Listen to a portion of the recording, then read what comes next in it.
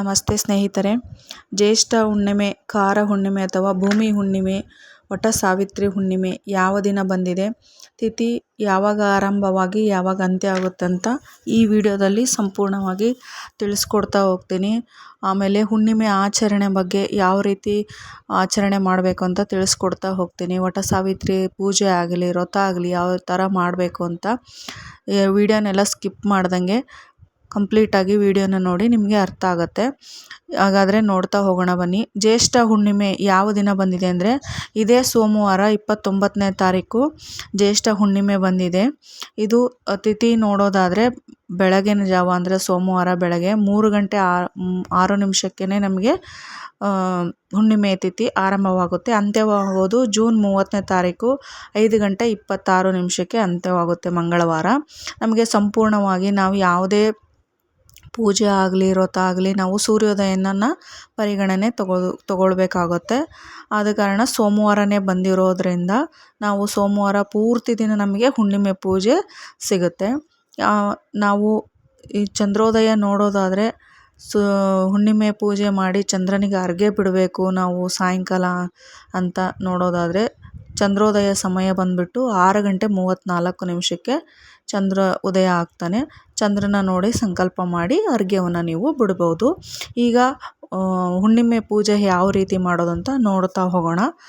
ಹುಣ್ಣಿಮೆ ಪೂಜೆ ಅಂದರೆ ಬೆಳಗ್ಗೆನೇ ಮನೆಯನ್ನೆಲ್ಲ ಸ್ವಚ್ಛಗೊಳಿಸಿ ದೇವರ ಮನೆಯನ್ನು ಸ್ವಚ್ಛಗೊಳಿಸಿ ನೀವು ಮಾಮೂಲಿಯಾಗಿ ಹುಣ್ಣಿಮೆ ಪೂಜೆ ಯಾವ ಥರ ಮಾಡ್ತೀರೋ ಅದೇ ಥರನ ಪೂಜೆಯನ್ನು ಮಾಡಬೇಕಾಗುತ್ತೆ. ಶುದ್ಧವಾಗಿ ದೇವರ ಪೂಜೆಯನ್ನು ಮಾಡಿ ಆಮೇಲೆ ಇದು ಎಸ್ಪೆಷಲಿ ವಟ ಸಾವಿತ್ರಿ ಹುಣ್ಣಿಮೆ ಆಗಿರೋದ್ರಿಂದ ಈ ವಟ ಸಾವಿತ್ರಿ ಹುಣ್ಣಿಮೆ ಯಾವ ಥರ ಮಾಡೋದು ಅಂತಂದರೆ ಮುತ್ತೈದೆಯರು ಪ್ರತಿಯೊಬ್ಬ ಗಂಡನಿಗೆ ಬಯಸೋದು ಆರೋಗ್ಯ ಐಶ್ವರ್ಯ. ಆದ ಕಾರಣ ಆ ಗಂಡನ ಆರೋಗ್ಯಕ್ಕಾಗಿ ಈ ವ್ರತವನ್ನು ಮಾಡುವಂತಹದ್ದು.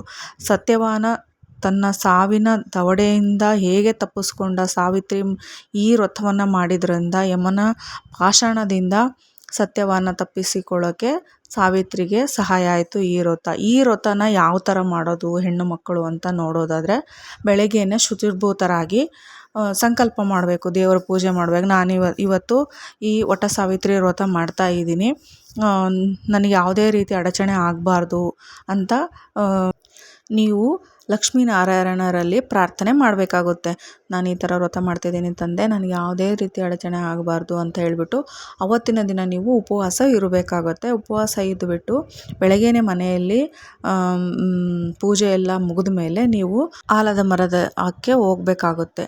ಆಲದ ಮರಕ್ಕೆ ನೀವು ಹೋಗ್ಬಿಟ್ಟು ಅಲ್ಲಿ ಆಲದ ಮರ ನೀವು ಈ ವ್ರತವನ್ನು ಮಾಡ್ತಾ ಇದ್ದೀನಿ ಅಂತ ಹೇಳಿಬಿಟ್ಟು ಅದಕ್ಕೆ ನೀರು ಅರ್ಪಣೆ ಮಾಡಿ ಹಾಲು ಅರ್ಪಣೆ ಮಾಡಿ ನೀವು ಅರಿಶಿಣ ಕುಂಕುಮ ಆಮೇಲೆ ಧೂಪ ದೀಪ ಎಡೆಗೆ ನೀವು ಹಣ್ಣೇನಾದರೂ ತೊಗೊಂಡೋಗಿದ್ರೆ ಇಲ್ಲ ಮನೇಲಿ ಏನಾದರೂ ಸ್ವೀಟ್ ಮಾಡಿದರೆ ಅದೆಲ್ಲ ಸಮರ್ಪಣೆ ಮಾಡಿ ಧೂಪ ದೀಪ ಹಾಕಿಬಿಟ್ಟು ಊದಿನಕಡ್ಡಿ ಎಲ್ಲ ಬೆಳಗಿ ನೀವು ಸಂಕಲ್ಪ ಮಾಡಬೇಕಾಗುತ್ತೆ. ಮಾಡಿ ನೀವು 9 ಸುತ್ತನ್ನ ದಾರವನ್ನು ಸುತ್ತಬೇಕಾಗುತ್ತೆ. ನೀವು ಮನೆಯಿಂದನೇ ಎಲ್ಲ ತೊಗೊಂಡೋಗ್ಬೇಕಾಗುತ್ತೆ. 9 ಎಳೆ ಸುತ್ತಬೇಕಾಗುತ್ತೆ. ಆ ಮರಕ್ಕೆ ನೀವು 9 ಸುತ್ತು ದಾರವನ್ನು ಸುತ್ತಬೇಕು.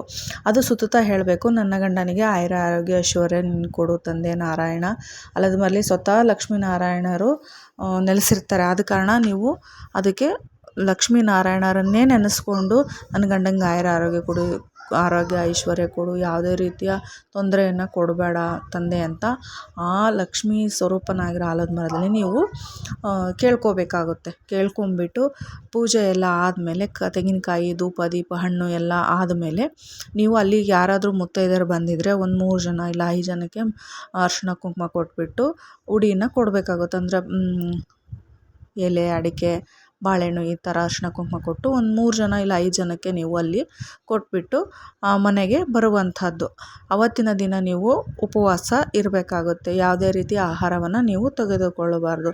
ಈ ವ್ರತವನ್ನು ಮಾಡೋಕ್ಕೆ ಏನು ರೀಸನ್ ಅಂದರೆ ಸತ್ಯವಾನು ಯಮನ ಪಾಷಾಣದಲ್ಲಿರ್ತಾನೆ. ಆವಾಗ ಸಾವಿತ್ರಿ ತನ್ನ ಗಂಡನ ಪ್ರಾಣ ರಕ್ಷಣೆ ಯಾವ ರೀತಿ ಮಾಡಿದ್ಲು ಅಂದರೆ ನಾರಾಯಣನ ಹತ್ರ ಬೇಡ್ಕೊತಾಳೆ, ನನಗೆ ನನ್ನ ಗಂಡನ ನೀನು ಯಮ ಈ ಥರ ತಗೊಂಡೋಗ್ಬಿಟ್ಟಿದ್ದಾನೆ, ನನಗೆ ನನ್ನ ಗಂಡನ ಬೇಕು, ನನಗೆ ಬದುಕಿಸ್ಕೊಡು ಅಂದಾಗ ನೀನು ಈ ವ್ರತ ಮಾಡು. ಈ ವ್ರತ ಮಾಡೋದ್ರಿಂದ ನಿನ್ನ ಗಂಡನಿಗೆ ಯಾವುದೇ ಅಪಾಯ ಆಗೋದಿಲ್ಲ. ಆಯುಷ್ಷು ಐಶ್ವರ್ಯ ವೃದ್ಧಿ ಖುಷಿಯಾಗಿ ಬದುಕ್ತಾನೆ ಅಂತ ಹೇಳಿ ಕಳಿಸಿದಾಗ ಈ ವ್ರತವನ್ನು ಸಾವಿತ್ರಿ ಮಾಡ್ತಾಳೆ. ಆ ಕಾರಣಕ್ಕೆ ವಟ ಸಾವಿತ್ರಿ ವ್ರತ ಅಂತ ಇದಕ್ಕೆ ಹೆಸರು ಬಂತು, ಈ ಹುಣ್ಣಿಮೆಗೆ ಅಂತ ಹೇಳಲಾಗುತ್ತೆ ಪುರಾಣಗಳ ಪ್ರಕಾರ. ಆ ಕಾರಣ ನೀವು ಗಂಡನಿಗೆ ಆಯುರಾರೋಗ್ಯ ಐಶ್ವರ್ಯ ವೃದ್ಧಿಸಬೇಕು, ಆಯುಷ್ ಹೆಚ್ಚಾಗಬೇಕು, ಯಾವುದೇ ರೀತಿ ಆಮೇಲೆ ಅನಾರೋಗ್ಯದಿಂದ ಬಳಲ್ತಿದ್ರೂ ಸಹ ಈ ವ್ರತವನ್ನು ಮಾಡಿದರೆ ಗಂಡನಿಗೆ ಆರೋಗ್ಯ ವೃದ್ಧಿ ಆಗುತ್ತೆ, ಆಯುಷ್ ಹೆಚ್ಚಾಗುತ್ತೆ ಅಂತ ಹೇಳಲಾಗುತ್ತೆ. ಈ ವ್ರತ ಎಲ್ಲ ಆದಮೇಲೆ ನೀವು ಮನೆಗೆ ಬಂದುಬಿಟ್ಟು ದೇವರಲ್ಲಿ ಸಂಕಲ್ಪ ಮಾಡಿರ್ತೀರ. ಆದ ಕಾರಣ ಅವತ್ತು ಏನೂ ತೊಗೊಳಕ್ಕೆ ಹೋಗ್ಬೇಡಿ. ನಿಮಗೆ ತೀರಾ ಆಗಲ್ಲ ನಮ್ಮ ಕೈಲಿ ಅಂದರೆ ಹಾಲು ಹಣ್ಣು ಆ ಥರ ಏನಾದರೂ ತೊಗೊಂಡ್ಬಿಟ್ಟು ಉಪವಾಸ ಮಾಡುವಂಥದ್ದು. ಆಮೇಲೆ ಸಾಧ್ಯ ಆದರೆ ದೇವಸ್ಥಾನಗಳಿಗೆ ಹೋಗಿ, ಯಾವ ದೇವಸ್ಥಾನ ಮನೆಯಲ್ಲಿ ಹತ್ರ ಇರತಕ್ಕಂಥ ದೇವಸ್ಥಾನಗಳಿಗೆ ಹೋಗಿ ಅರ್ಚನೆಯನ್ನು ಗಂಡನ ಹೆಸರಲ್ಲಿ ಆಯುಷ್ ವೃದ್ಧಿ ಆಗಲಿ, ಆಯುಷ್ ಆರೋಗ್ಯ ವೃದ್ಧಿ ಆಗಲಿ ಅಂತ ಅರ್ಚನೆಯನ್ನು ಗಂಡನ ಹೆಸರಲ್ಲಿ ಮಕ್ಕಳ ಹೆಸರಲ್ಲಿ ಮಾಡ್ಕೊಂಡು ಬರುವಂಥದ್ದು. ಆರೋಗ್ಯದಲ್ಲಿ ಏನಾದರೂ ಏರುಪೇರು ಇದ್ರೂ ಸಹ ಈ ವ್ರತ ಮಾಡೋದ್ರಿಂದ ಗಂಡನಿಗೆ ಆಯುರ್ ಹೆಚ್ಚಾಗುತ್ತೆ, ಆಯುಷ್ ಹೆಚ್ಚಾಗುತ್ತೆ, ಆರೋಗ್ಯನೂ ಪ್ರಾಪ್ತಿಯಾಗುತ್ತೆ. ಆಮೇಲೆ ತದನಂತರ ಸಾಯಂಕಾಲ ಏನು ಮಾಡಬೇಕು, ತುಳಸಿ ಕಟ್ಟೆ ಮುಂದೆ ತುಪ್ಪದ ದೀಪ ಹಚ್ಚಬೇಕು. ಮನೆಯಲ್ಲಿ ಬೆಳಗ್ಗೆನೂ ತುಪ್ಪದ ದೀಪ ಹಚ್ಚಬೇಕು, ತುಳಸಿ ಕಟ್ಟೆಗೂ ತುಪ್ಪದ ದೀಪ ಹಚ್ಚಿಬಿಟ್ಟು ಲಕ್ಷ್ಮೀನಾರಾಯಣರ ಹತ್ರ ನೀವು ಕೇಳ್ಕೋಬೇಕು. ಆಮೇಲೆ ಸಾಯಂಕಾಲ 6:34 ಗಂಟೆಗೆ ಚಂದ್ರೋದಯ ಆಗುತ್ತೆ. ಚಂದ್ರೋದಯ ಆದಮೇಲೆ ಆ ಚಂದ್ರನನ್ನು ನೋಡಿಬಿಟ್ಟು ಚಂದ್ರನಿಗೆ ಕೈ ಮುಗಿದು ಗಂಡನಿಗೆ ಆರೋಗ್ಯ ಐಶ್ವರ್ಯ ಹೆಚ್ಚಾಗಲಿ ಅಂತ ಕೇಳ್ಕೊಂಬಿಟ್ಟು ಅರ್ಘ್ಯವನ್ನು ಕೊಡುವಂಥದ್ದು. ಅರ್ಘ್ಯವನ್ನು ಯಾವ ಥರ ಕೊಡುವಂಥದ್ದು, ಒಂದು ತಾಮ್ರ ಚೆಂಬಲ್ಲಿ ನೀರು ತಗೊಂಡು ಓಂ ಚಂದ್ರಾಯ ನಮಃ, ಓಂ ಚಂದ್ರಾಯ ನಮಃ ಅಂತ 11 ಸತಿ ಹೇಳ್ಬಿಟ್ಟು ಅರ್ಘ್ಯವನ್ನು ಬಿಟ್ಬಿಟ್ಟು ಆಮೇಲೆ ಕೆಳಗೆ ಬಂದು ದೇವ್ರ ಮನೆಯಲ್ಲಿ ತುಪ್ಪದ ದೀಪವನ್ನು ಹಚ್ಚಿರ್ತೀರಲ್ಲ, ಊದುಗಡ್ಡಿಯನ್ನು ಬೆಳಗ್ಬಿಟ್ಟು ವ್ರತವನ್ನು ಮುಗಿಸುವಂತಹದ್ದು. ಈ ಥರ ನೀವು ವ್ರತವನ್ನು ಮಾಡಿದರೆ ನಿಮ್ಮ ಗಂಡನಿಗೆ ಆರೋಗ್ಯ ಐಶ್ವರ್ಯ ವೃದ್ಧಿ ಆಗುತ್ತೆ ಅಂತ ಈ ಕಥೆಯಲ್ಲಿ ಹೇಳಲಾಗುತ್ತೆ. ಇದು ಕೆಲವು ಕಡೆ ಕಾರು ಹುಣ್ಣಿಮೆ ಅಂತಲೂ ಹೇಳ್ತಾರೆ, ಜ್ಯೇಷ್ಠ ಹುಣ್ಣಿಮೆ ಅಂತಲೂ ಹೇಳ್ತಾರೆ, ಮತ್ತು ವಟ ಸಾವಿತ್ರಿ ಹುಣ್ಣಿಮೆ ಅಂತ ಹೇಳಿದರೆ ವಟ ಹುಣ್ಣಿಮೆ ಅಂತಲೂ ಕೂಡ ಹೇಳಲಾಗುತ್ತೆ. ಇದಾಗಿತ್ತು ಹುಣ್ಣಿಮೆಯ ವಿಶೇಷ ವಿಡಿಯೋ. ಮತ್ತು ಇದೇ ಥರ ಹೆಚ್ಚಿನ ವಿಡಿಯೋಗಳಿಗೆ ಪ್ಲೀಸ್ ನನ್ನ ಚಾನಲ್ ಸಬ್ಸ್ಕ್ರೈಬ್ ಮಾಡಿ. ಬರುವಂತಹ ವಿಡಿಯೋಗಳು ನಿಮಗೆ ನೋಟಿಫಿಕೇಷನ್ ಬರುತ್ತೆ, ನೋಟಿಫಿಕೇಷನ್ ಬೆಲ್ನ ಕ್ಲಿಕ್ ಮಾಡಿ. ಮತ್ತೆ ಸಿಗ್ತೀನಿ ಮುಂದಿನ ವಿಡಿಯೋದಲ್ಲಿ. ಎಲ್ಲರಿಗೂ ಧನ್ಯವಾದಗಳು.